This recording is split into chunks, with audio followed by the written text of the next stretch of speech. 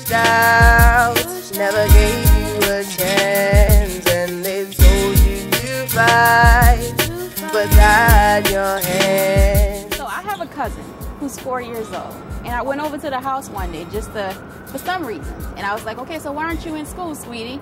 And he's smiling at me, and he's like, oh, I was expelled. And he's 4. He doesn't really know what it means to be expelled. And the reason was because of his behavior. He couldn't, he wasn't ready to be integrated within a classroom setting at the age of 4. So that's, like starting the school to prison pipeline very early. I was pushed out, never given a chance, and my mind's getting weary because I'm under a trance. My name is Jamaica Morgan. The organization that I work with is Families and Friends of Louisiana's Incarcerated Children. We have 5 different chapters across the state of Louisiana. I work at, I guess you could say, our headquarters office, which is in New Orleans. And so my experience has been working with parents. I've had parents who've called me, one parent in particular, crying because she's upset her 10-year-old daughter has been expelled or recommended for expulsion. And some of the things that she was suspended for, which led up to the expulsion, was she was passing gas. She claimed to have been passing gas in class, which caused a disruption. And then the other thing was a student was picking on her, so she was defending herself. And so, which led up to 3 suspensions, which then meant the 4th time is an automatic, expulsion. And so the mom was very upset, emotionally, obviously, because she knew what could possibly happen if her child was expelled. My face. I became a stain on this golden glass world of those Fortune 500 masters that just want to throw me in a cage in they zoo. So as animals, we are forced to play the role, indulge in a jungle crafted from broken conceptual concrete, a place where they say a rose cannot grow.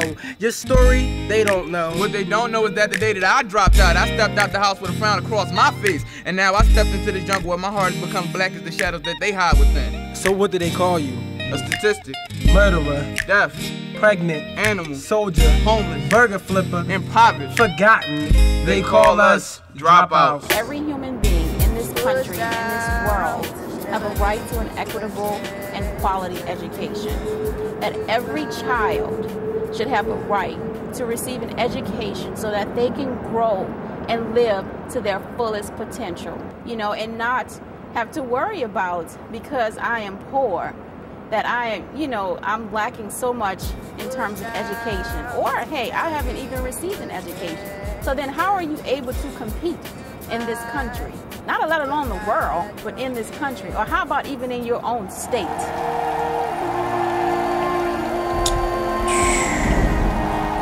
What am I going to do now? I think that human rights to an education can definitely be used as an organizing strategy.